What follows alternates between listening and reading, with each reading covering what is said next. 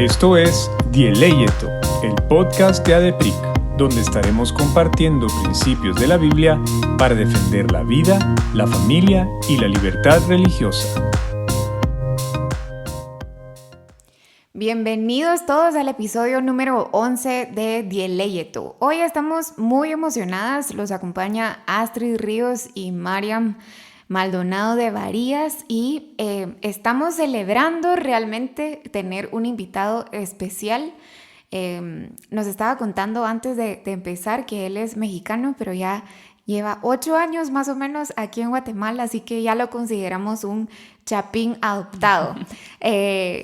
Vamos a pedirle que él se presente para que no perder nada de la esencia, así que el micrófono es tuyo. Gracias, Astrid, y gracias, Mariam, por la invitación.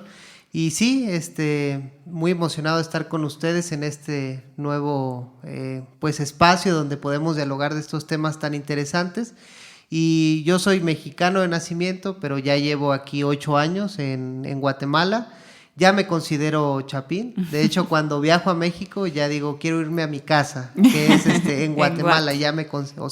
La considero, la siento mi casa. Además, tengo un vínculo muy estrecho con el país porque mis hijos son guatemaltecos. Entonces, ya, en la familia está lo chapín en el corazón, lo chapín en la sangre también con la comida deliciosa. Entonces, y la gente, debo decir, muy amable, muy cariñosa, muy respetuosa. Entonces, es un bonito país.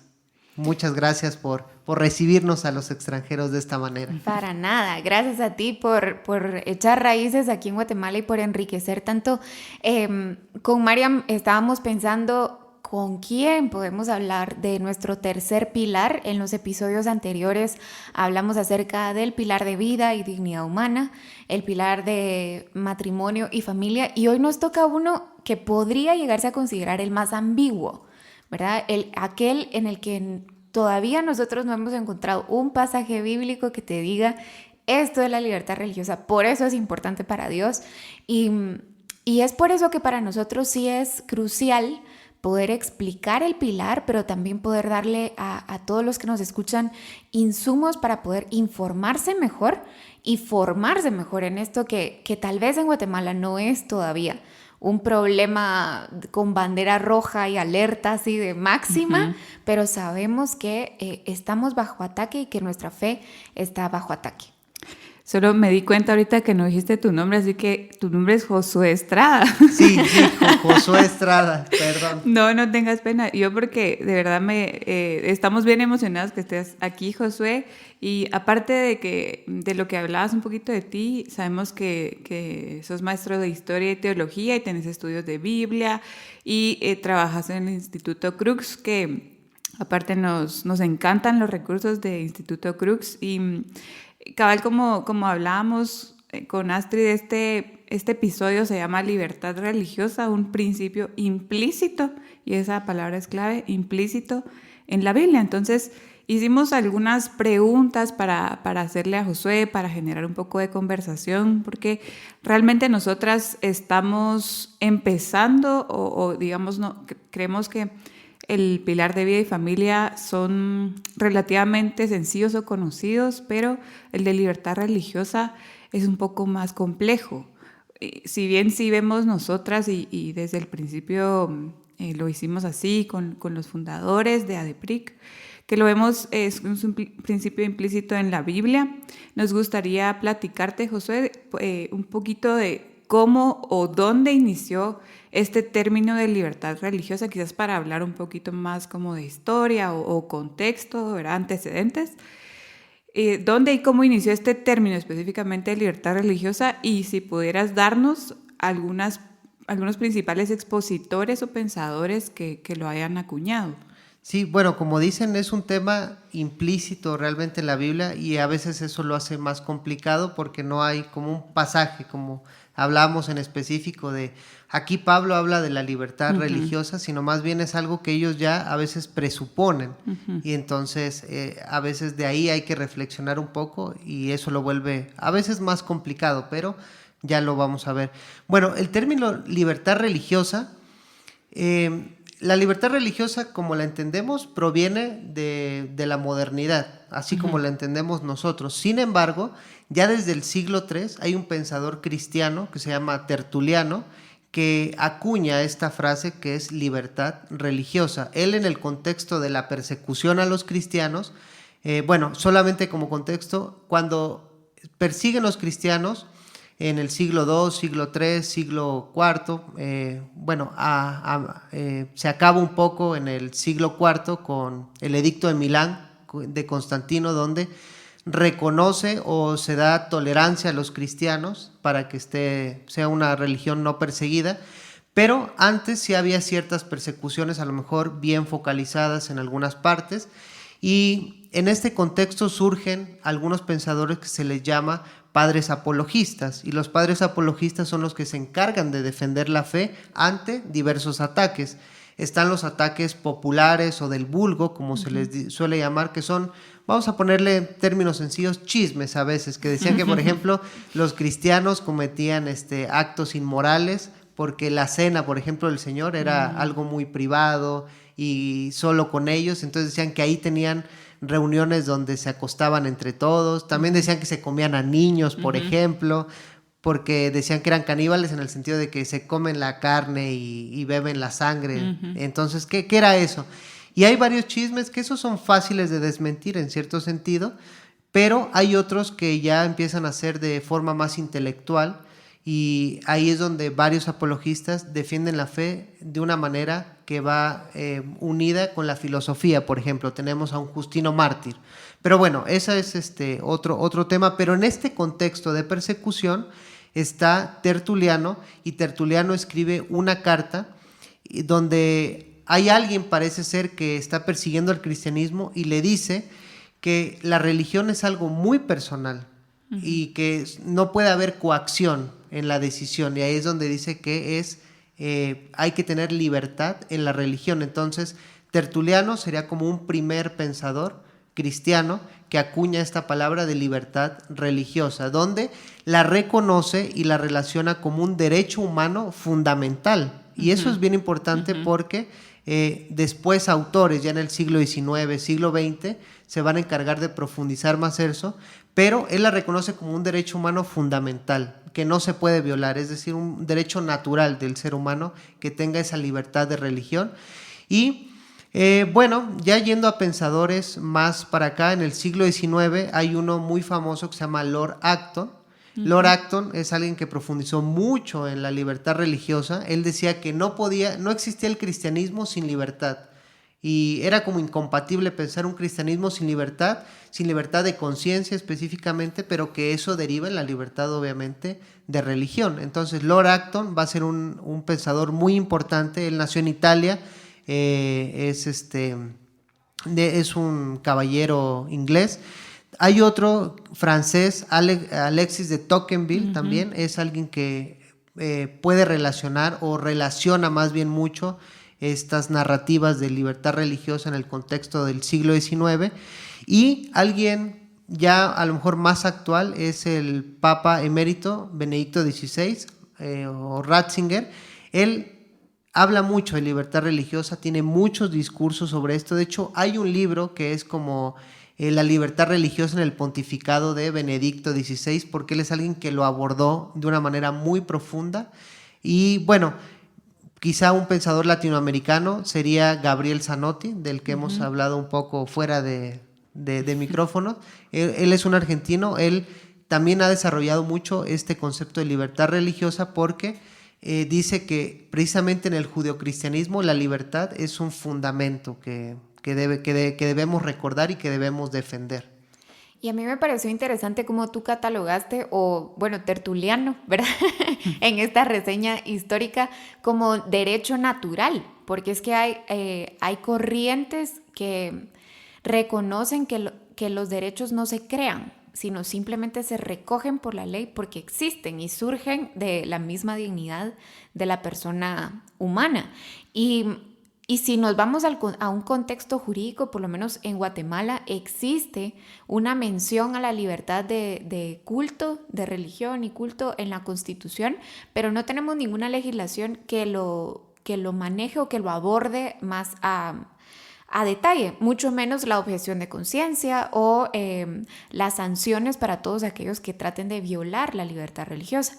Existe también una cierta protección universal en la Declaración Universal de Derechos Humanos, pero no, a pesar de lo que dice el artículo 18 de esa declaración, vemos que hay, por ejemplo, un comité, hay una relatoría de un comité experto de Naciones Unidas que se dedica a la investigación de la libertad religiosa. Y en su último informe, en el 2020, su conclusión, y esa tal vez lo podemos subir como insumo, ¿verdad?, de análisis, pero la conclusión de este relator para la libertad religiosa dijo que era la religión el problema.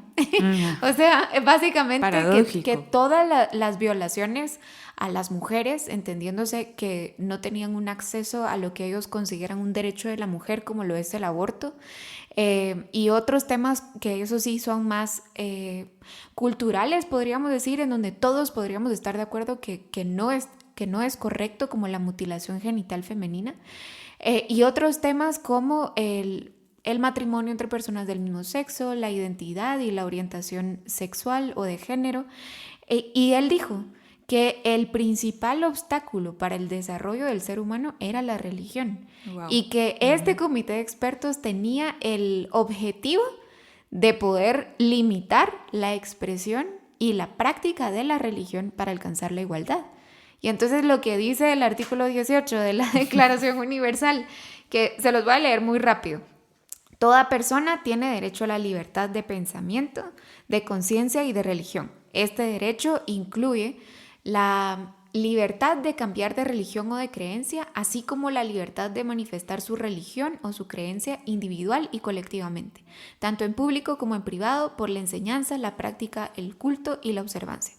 O sea que ese artículo 18 para este relator especial no tiene validez, no tiene sentido, y así podemos ver nosotros la fragilidad de los derechos desde un punto de vista positivo, es decir, lo que dice la ley y la práctica. Y por eso es crucial que nosotros podamos catalogar la libertad de religión como un derecho natural. Sí, eso es importante porque precisamente no deriva de una constitución o del derecho positivo, sino está antes del derecho positivo, lo que se llama iusnaturalismo.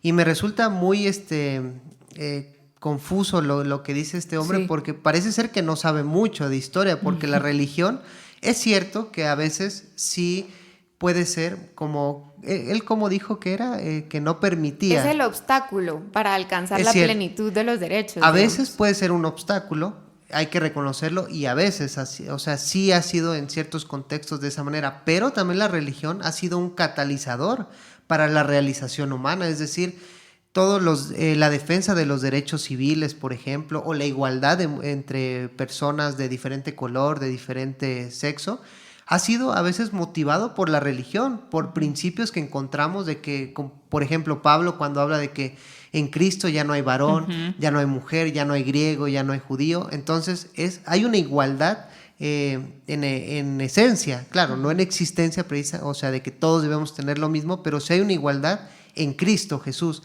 Está Martin Luther King también, otro que es motivado por la religión para llevar a cabo una realización humana digna. Y hay un tema, por ejemplo, nos podemos regresar a más o menos en el siglo XVI, 1537, ahorita se me vino a la mente, cuando hablamos, por ejemplo, de la conquista, pongámosle la conquista, que es el término, la conquista de América Latina. Conquista es un término a lo mejor un poco confuso, pero así se le conoce en la historia. Pero, por ejemplo, algunos dicen, no, es que cuando llegaron los cristianos precisamente violaron todos los derechos, torturaron a la gente, los convirtieron a la fuerza. Eso solo es parte de la historia, porque hay otra parte donde los cristianos, los monjes, por ejemplo, que llegaron a América, venían motivados de convertir a la gente en una forma pacífica.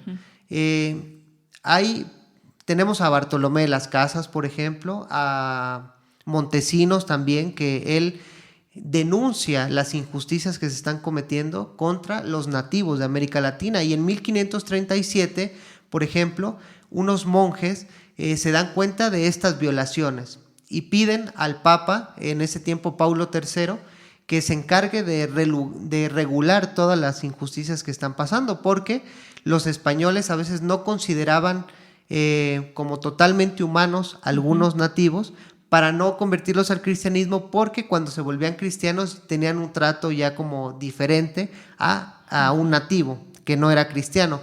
Y entonces Paulo III escribe una bula que se llama Sublimis Deus, y ahí dice que toda la familia humana es única, es decir, no hay seres humanos de segunda categoría. De ahí les dice que todos están aptos para ser introducidos en la fe, pero él dice que de una forma pacífica. Entonces, el cristianismo, motivado por los principios bíblicos, estos monjes o estos evangelizadores, pues son los que levantan la voz para la realización humana, aunque no fueran cristianos, de los nativos, por ejemplo, y ellos reciben o tienen una influencia muy fuerte de un pensador del siglo XIII que se llama Tomás de Aquino. Y Tomás de Aquino decía que la gracia no anula la naturaleza humana, sino más bien la eleva. Es decir, aunque tú no seas cristiano, no quiere decir, no por eso la gracia te va a anular la naturaleza, sino más bien cuando entras en contacto con la gracia, la va a elevar a su plenitud. Por eso es que no los podían someter a esclavitud, o eso pensaban algunos evangelizadores, y no se les podía llevar a la fuerza al cristianismo. Entonces, ahí es donde vemos que también el cristianismo puede ser un catalizador muy importante para la realización humana, claro, un cristianismo bien entendido. Y entonces ahí tal vez aunado, ¿cómo ves específicamente la importancia, ya entrando un poco más a teología, que también quisiéramos como unir, no solo históricamente, sino teológicamente, cómo es la importancia y lo hemos hablado mucho en este podcast, de la imagen de Dios, impregnada al final, cuando nos estás contando estas historias, yo regreso otra vez a ese concepto tan básico y tan esencial que hace florecer a cualquier ser humano. Y ahí, cuando hablabas un poco de cómo el tema de la conquista o quizás la Inquisición, un poco más de contexto católico, pero también los cristianos evangélicos, o sea, cómo estamos llamados a defender esta libertad religiosa, aunado a que todos los seres humanos, seamos cristianos o no cristianos, ateos o judíos, musulmanes, somos hechos a imagen de Dios. Sí, bueno, de hecho, aquí ponía que la libertad religiosa es un derecho fundado, y así creo que lo dice el Concilio Vaticano II, en la misma dignidad de la persona humana. ¿Y cómo sabemos la dignidad de la persona humana? Bueno, nosotros porque afirmamos que todos los seres humanos son creados a imagen y semejanza de Dios, y ahí radica esta como dignidad. Y decimos que todos los seres humanos, no decimos, bueno, solo el hombre o cierto tipo de hombre, o solo la mujer, cierto tipo de mujer, sino el hombre, en términos genéricos, ha sido creado a imagen y semejanza de Dios. Claro, se puede discutir a qué se refiere esta imagen. Muchos dicen, bueno, tiene que ver con la libertad precisamente, tiene que ver con el raciocinio del hombre, la capacidad de relacionarse también, o la capacidad de ejercer dominio sobre la tierra, como Dios se lo dijo a Adán y Eva. Pero la libertad, precisamente en ese sentido, la libertad religiosa se funda en la dignidad humana, en la dignidad que Dios tampoco violenta, porque a la hora de crear a los seres humanos, los crea con esa libertad. Si no, no entraríamos en lo que se llama relación, porque una relación se da en términos de libertad cuando el hombre, a través de su conciencia y de un acto de entregar su voluntad, le dice sí a Dios. Entonces ahí podríamos fundamentar como la imagen de Dios con la libertad religiosa, creo yo. Y es que una de las incógnitas que yo siempre, y espero que al estar en la presencia de Dios, es ¿por qué pusiste el árbol? ¿Verdad? Si no querías que comiéramos ahí. Precisamente por la libertad, ¿verdad? Esa característica esencial que creo que Dios también, y lo vamos a hablar en unos minutos, pero cómo nosotros podemos ver a lo largo de toda la Biblia que Dios respeta la libertad. Y algo básico que siempre nos dicen a nosotros: Dios es un caballero, ¿verdad? Él no va a entrar a la fuerza, Él no va a conquistar en el sentido de guerra, ¿verdad? Sino va a hablarte al corazón y va a hacerlo con amor, va a hacerlo con paciencia, y Él está ahí esperando hasta que nosotros demos ese primer paso, como tú decías, de entrar a la relación y por voluntad propia someternos a Él. Y muchas veces, o yo siempre he tratado de explicarme, ¿verdad? Cuando analizo la libertad religiosa, que hay muchísimas dimensiones de ella. Es decir, está la libertad de que el Estado no imponga una religión para sus ciudadanos, la libertad de que yo, como creyente de la religión A, no ataque a los creyentes de la religión B, C y todas las letras del abecedario, y al mismo tiempo esos derechos que surgen de la libertad de religión, que vemos cómo se ven afectados cuando no existe la libertad de religión. Es decir, que la libertad de religión es nada más el inicio, o la violación a la libertad de religión es el inicio de la pérdida de la esencia del ser humano, básicamente. Y no sé si nos podrías contar un poco acerca de cómo se afecta, por ejemplo, la libertad de expresión, la libertad de conciencia, el ejercicio de una profesión o simplemente el ejercicio de tu fe en lo público y en lo privado. Bueno, como bien decías, la violación de la libertad de religión lleva a una violación mayor, que la libertad de conciencia. Es decir, tú no puedes ejercer, porque al tú no tener libertad de religión, pues no vas a poder ser libre de dirigir tu vida en base a principios que tú consideras importantes o trascendentales. Y aquí a lo mejor hagamos una distinción, una pregunta que ustedes hicieron, ¿no? Que, ¿cuál es la diferencia entre libertad de religión y libertad de culto? Se toma como sinónimo, casi si uno lee de repente la libertad religiosa, la libertad de culto, pero hay unos que dicen no, hay un matiz bien importante. La libertad religiosa en este sentido puede ser esa libertad de tú dirigir tu vida tanto privada como pública con base a tus principios de la religión, es decir, a los principios cristianos. Y la libertad de culto a veces es como más restrictiva, porque solo tienes libertad de expresar en el ambiente, por ejemplo, en los templos, es decir, en las iglesias, digamos. En las iglesias, pero fuera de ello ya tienes como restricciones. Un ejemplo puede ser que un médico puede tener libertad de culto al ir los domingos a alabar al Señor y de ahí salir, pero ya no tienen una libertad religiosa al ejercer su religión, donde su profesión, donde entra ya en juego la libertad de conciencia, porque él va a decir, bueno, yo no solo voy los domingos y alabo al Señor, sino toda mi vida la rijo con base a lo que yo hago el domingo o a lo que leo en las Escrituras, y eso se va a ver reflejado en la Biblia, eso se va a ver reflejado en mi profesión médica. Entonces, cuando una mujer llega y le dice, practíqueme un aborto porque fíjese que este niño va a... No me va a permitir desarrollarme, lo clásico, ¿no? No es compatible con mi plan de vida. Exacto, esa era la palabra, no es compatible con mi plan de vida. Entonces, el doctor, si hay verdadera libertad de religión, tiene toda la libertad, valga la redundancia, o todo el derecho de decir, mi conciencia me lo impide, así que ve con otro médico. Pero ahorita que estamos viendo de que uno dice, no, tú puedes ser cristiano los domingos, tú puedes alabar, pero a la hora de que te venga un caso así, ya tu conciencia ya no existe, la vas a regir por lo que estamos ahora añadiendo. Tú eres abogada, ¿no? No sé si lo estoy diciendo bien. Tú te vas a regir ahora por lo que añadimos en la ley y no tienes esa libertad de objeción.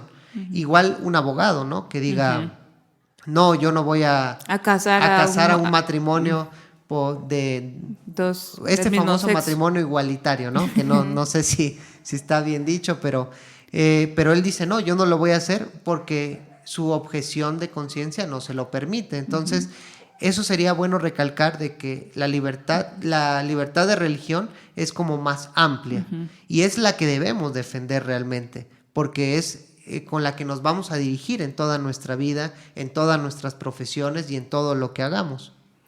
Y en ese sentido, digamos, ¿cómo ¿cómo verías algún pasaje? Como hablamos al principio, pues no tenemos una cita puntual donde nos diga la libertad religiosa es X, ¿verdad? Sino que, o algunas historias, o yo leí un poco como de parábolas de Jesús, que está implícito esa libertad religiosa. ¿Qué pasajes bíblicos, si a un cristiano nos preguntan, bueno, ¿y ustedes por qué defienden la libertad religiosa? Aparte de lo que tú decías, ya es como un derecho natural o divino, y históricamente lo podemos defender, pero bíblicamente, si alguien que no es cristiano te pregunta, ¿dónde tú en la Biblia ves este principio? ¿Qué pasajes nos podrías explicar? Bueno, hay un pasaje que yo suelo ocupar mucho, que es Hechos capítulo 17, cuando Pablo da un discurso a los atenienses. Ahora, haciendo una narrativa, vemos que Pablo realmente, cuando va con los judíos, habla como judío, es decir, dice que defiende que Jesús era el Cristo conforme a las Escrituras. Eso se ve incluso en versículos anteriores, pero cuando va a Atenas, pues no cita las Escrituras como lo cita con los judíos, sino dialoga con base en otro principio que es la razón humana. Y haciendo, como les decía, haciendo una narrativa.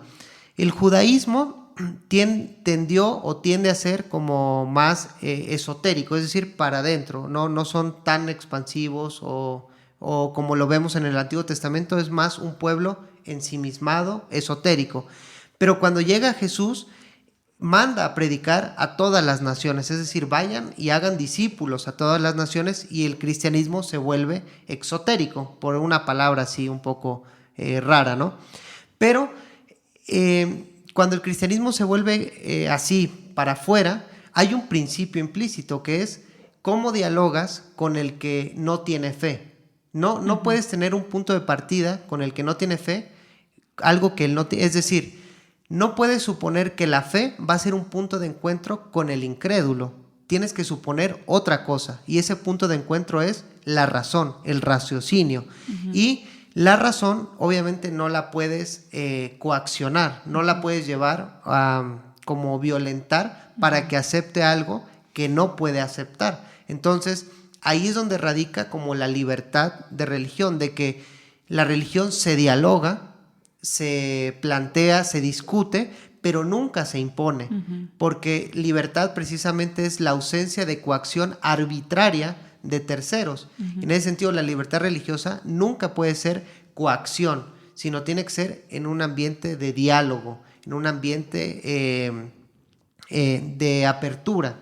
Entonces, yo veo en Hechos que Pablo dialoga con las personas y no las está obligando, no las está imponiendo, sino más bien las está llevando a través de eso que tenemos en común todos los seres humanos, que es la razón. Entonces, yo creo que ese sería como un pasaje donde podemos ver, donde está como implícita la libertad religiosa, que Pablo no va y los empieza a condenar, simplemente presenta su mensaje de una forma a través del diálogo. Entonces yo veo ahí como un principio, y bueno, también podemos ver que ni siquiera el Señor Jesucristo obligaba a las personas, sino dialogaba con ellas, les presentaba el evangelio, pero nunca se los imponía. De hecho decía, allá ustedes si no quieren creer.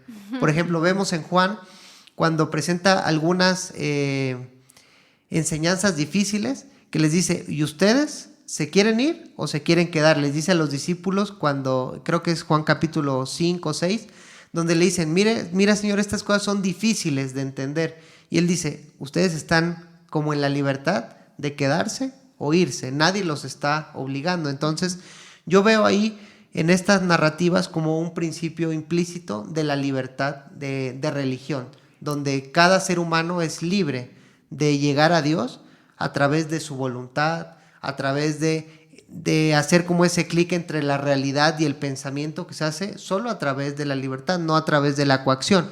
Ahora bien, cuando hablamos en estos términos, mucha gente puede pensar de que, entonces están diciendo de que todo es relativo, porque así se maneja como, la libertad de religión entonces es relativismo. No hay verdades absolutas. Tú llegas a tu conclusión y es como escoger un helado. O sea, yo tengo libertad de escoger un helado de chocolate y mezclarlo con un helado de menta, porque al último, ¿cuál es la base de esa libertad? que no hay una verdad absoluta para elegir los... No hay un sabor correcto de Exactamente, helado. no hay una verdad para elegir un sabor de cualquier helado. Entonces dicen, bueno, entonces así es la religión. La libertad te lleva a que, entonces, cada quien es libre, relativismo, pero no. La libertad religiosa se funda en que la verdad, existe la verdad, pero esa verdad no se puede imponer a través de la fuerza, ni física, ni lingüística. Tienes que llegar a esa verdad a través de tu raciocinio y de tu voluntad, y nosotros afirmamos por la gracia de Dios, es decir, que esa gracia nos impulse, pero la gracia no nos obliga, sino nos lleva de una manera, como tú decías, amable, precisamente graciosa, en el sentido de gracia, nos lleva de una forma a la manera de Dios, no a la fuerza. Y está unado también un poco como al principio de amor al prójimo, también, ¿verdad? Porque vemos que no, o sea, puedes amar a alguien si lo querés coaccionar o si querés hacer algo como en contra de su voluntad, y al final eso es lo que genera, y hablábamos antes con Astrid, es que genera una fe no verdadera,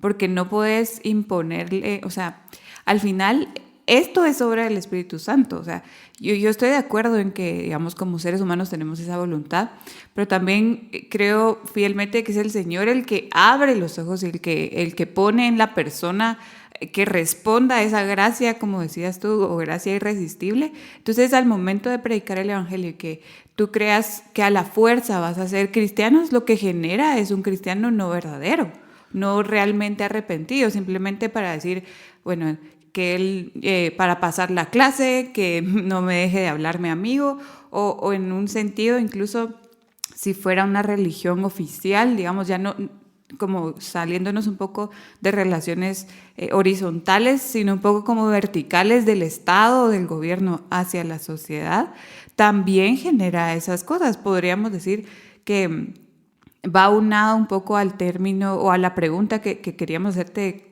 ¿Cuál es la importancia entonces de la separación de iglesia y Estado? Eso, la verdad es que es un tema mucho más amplio, pero digamos, pensando en el tema de libertad religiosa, ¿cómo nos podrías explicar que es importante que hagamos esa distinción?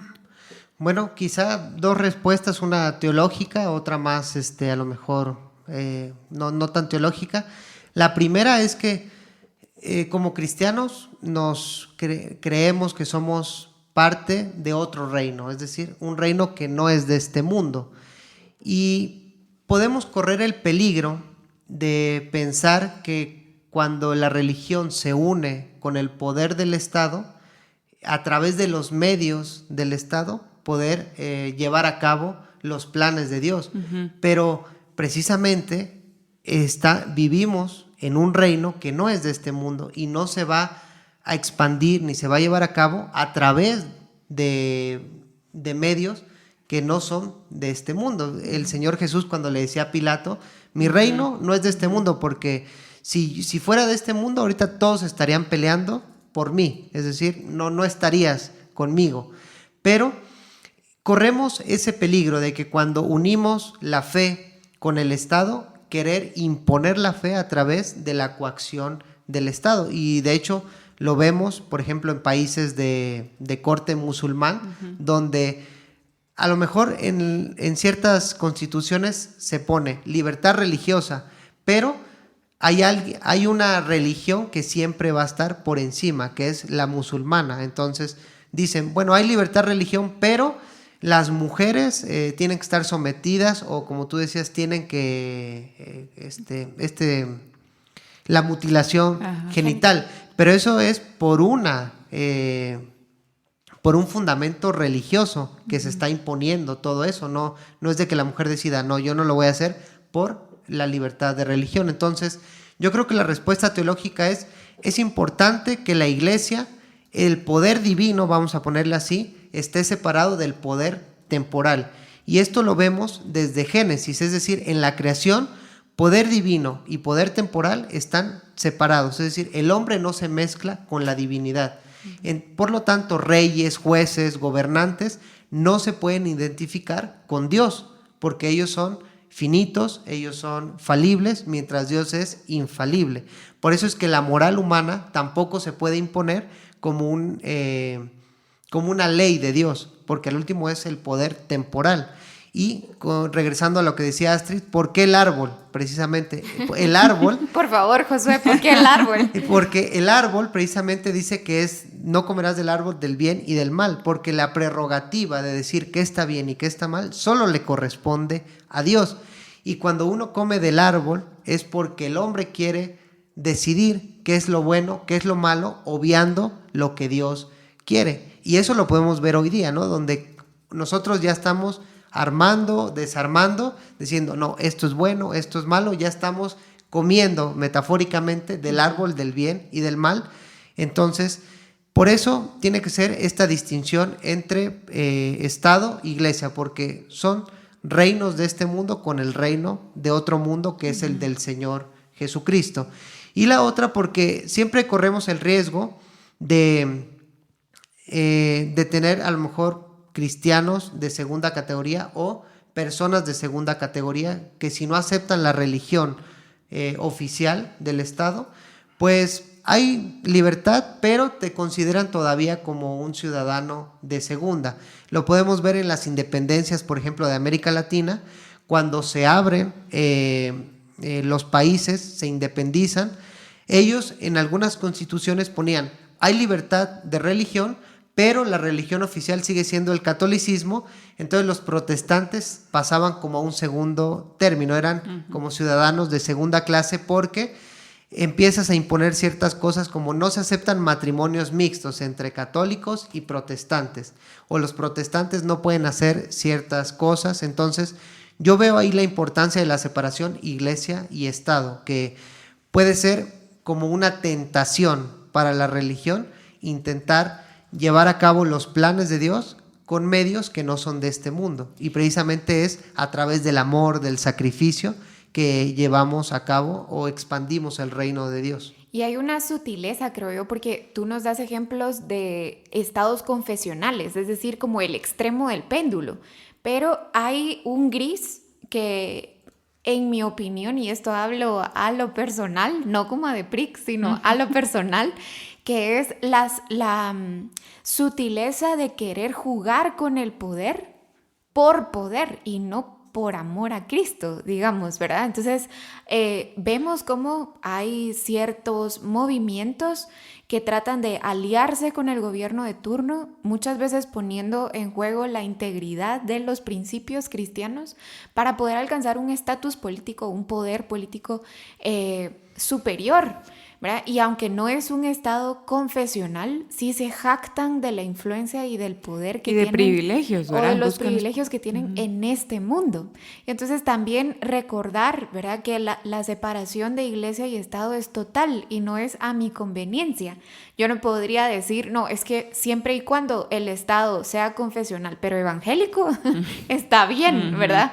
Es un argumento que nosotros hemos escuchado muchísimo de por qué yo voy a defender la religión del musulmán, o por qué yo voy a defender el ateísmo del ateo, ¿verdad? Sí. ¿Por qué? Si yo sé que la verdad es el evangelio.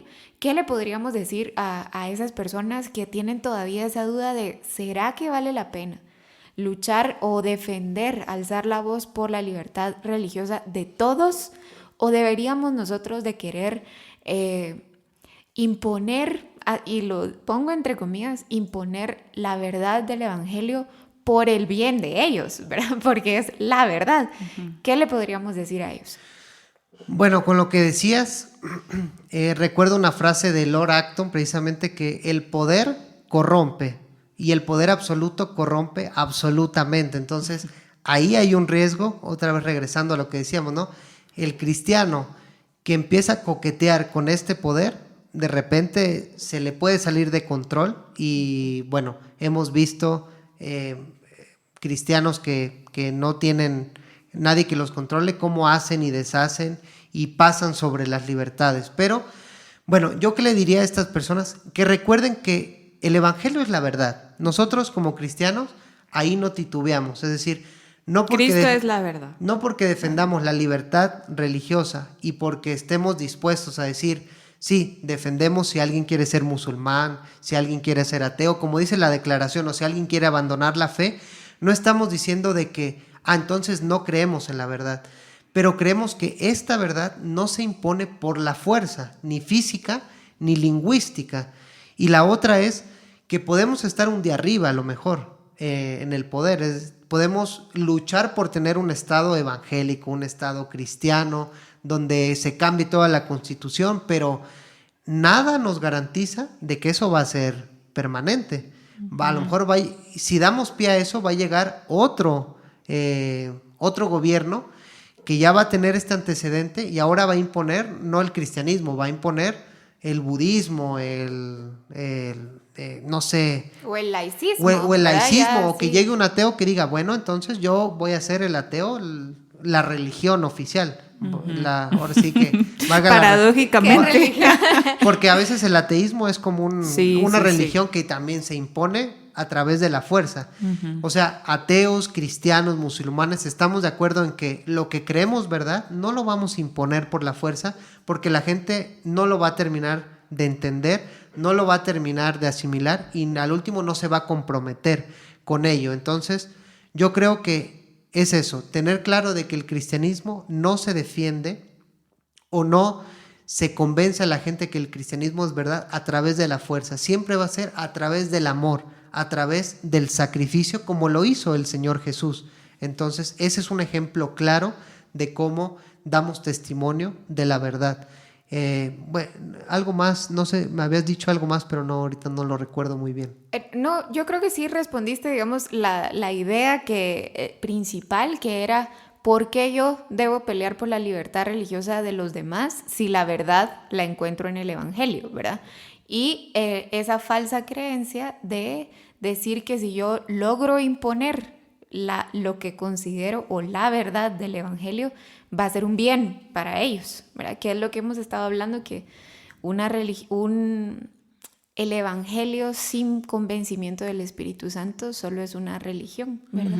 Sí, y la otra puede ser de que ¿qué vamos a imponer al último? Porque uno puede decir, bueno, yo voy a ocupar el Estado para un bien, entre comillas, ¿no?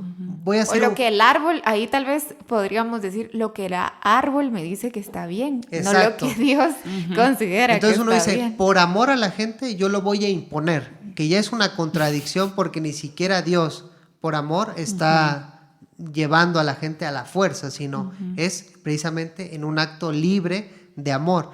Entonces uno diría, bueno, ¿qué tipo de cristianismo vamos a llevar? Porque ahí vamos también a tener problemas entre cristianos, porque si llega al poder un cristiano pentecostal, por ejemplo, va a decir, bueno, yo voy a imponer como la religión verdadera el cristianismo evangélico pentecostal. Y a lo mejor alguien que no sea pentecostal va a decir, pero no, y vamos a empezar a imponer, o no, solo los cristianos bautistas son la religión oficial.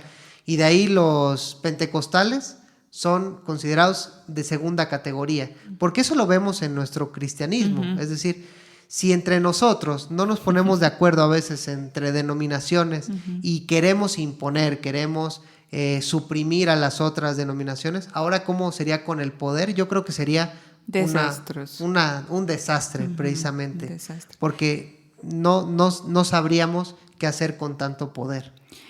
Sí, mira, y quizás tal vez para terminar este tema tan interesante y de verdad tan enriquecedor, cuando vamos a Romanos 13, y quizás es un pasaje famoso en el tema de autoridades, porque cuando hablábamos un poquito de todo este tema de la libertad, etcétera, se me viene a la mente que Pablo al final, en un contexto de imperio romano, llamaba a los gentiles y a los romanos específicamente a someterse, esa es la palabra que utiliza, a someterse a las autoridades. Entonces, ¿cómo, quizás para terminar y aterrizar, cómo podemos entonces como cristianos, ya viéndolo hacia el Estado, si el Estado quisiera imponer algo que va en contra de nuestra creencia, yo creo que es fácil la respuesta, digamos, pero el por qué. ¿Estamos obligados a aceptarlo o a obedecer? ¿O en qué momento hay una línea donde decimos, Ok, o sea, el tema de la corrupción, por ejemplo, en Guatemala,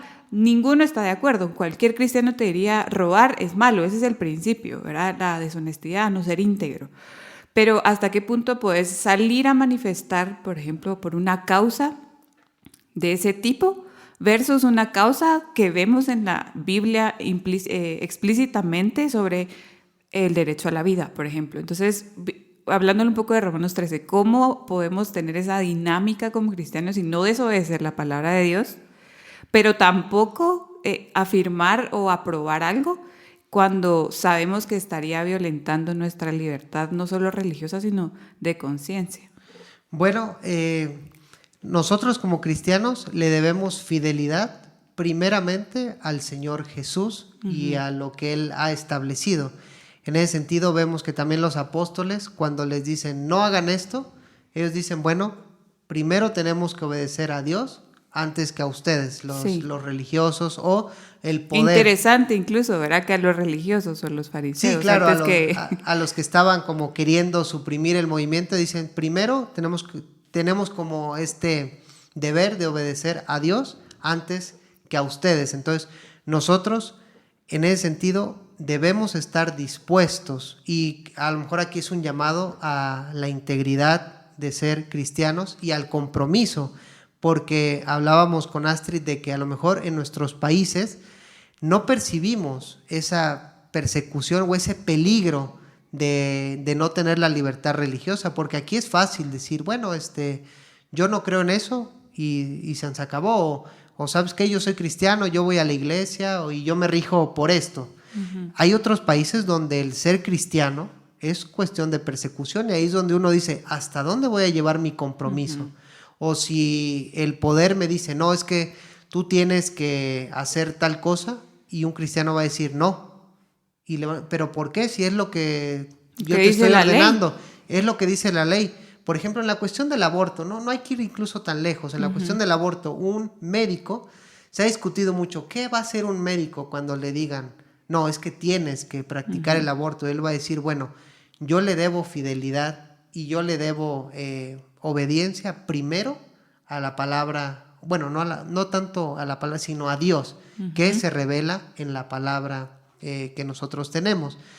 Y eso va a traer consecuencias, quizá. Yo lo digo fácil porque no soy médico, no soy abogado. O pastor. Pero incluso este podcast, digamos, tú que sos pensador, ¿verdad? Y que en el Instituto Crux hacen muchísimas cosas. El blog, por ejemplo, en otros países ese blog sería una causa de persecución. Claro. Y Crux estaría completamente cancelado, ¿verdad? Y tú como Josué estarías en la lista negra, como por ejemplo ahorita se me vino la lista negra de la ONU, de esos ultraconservadores religiosos que están en contra de los derechos humanos que ellos catalogan como tal. Tal vez no solo los médicos, los abogados o los profesionales liberales, sino gente común y corriente, pasteleros, floristas, personas que están en la radio, ¿verdad? Poniendo sus talentos, pastores que tienen un micrófono, comunicadores. Tú como papá incluso, ¿verdad? ¿Qué es lo que le vas a enseñar a tus hijos? A ese extremo también podríamos nosotros llevarlo, de que todo está en riesgo. Y la importancia de la fe, como tú decías, de poder defenderla y darnos cuenta el privilegio que tenemos de todavía disfrutar esa libertad, pero al mismo tiempo lo frágil de nuestro privilegio si no estamos dispuestos a sacrificarnos hasta las últimas consecuencias por Dios, ¿verdad? Por la obediencia a nuestra fe. Bueno, y con lo que dices ya lo estamos viendo incluso muy cerca. Estados Unidos, por ejemplo, si un pastelero se niega porque dice, no, mi objeción de conciencia, no lo quiero hacer, pero vemos que la otra gente es la que quiere imponer su religión, vamos a ponerle así, su dogmatismo. Su agenda. Uno puede decir, bueno, hay tantos pasteleros que te pueden hacer pastel con todos los colores que quieras, de la forma que quieras, ¿por qué yo? ¿Por qué yo? Entonces ahí es donde uno dice, bueno, tengo que ser fiel primero a Dios, y a lo mejor eso va a traer la pérdida de tu negocio, como le sucedió en Estados Unidos. Creo que era una familia donde perdió su negocio, su pastelería.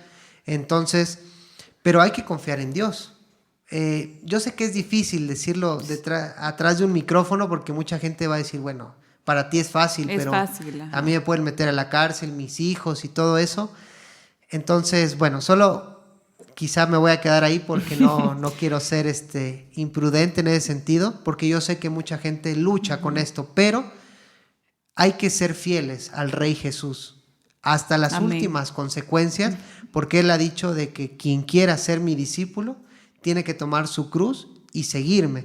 Y eso trae persecución, trae odio, trae contiendas, incluso con la misma familia, que Él decía, yo no he venido a traer la paz, sino más bien pleitos entre la madre, entre el hijo, etc. Entonces, puede ser que estemos en un contexto así, y cuando estemos en un contexto así, ante todo, la fidelidad a Dios.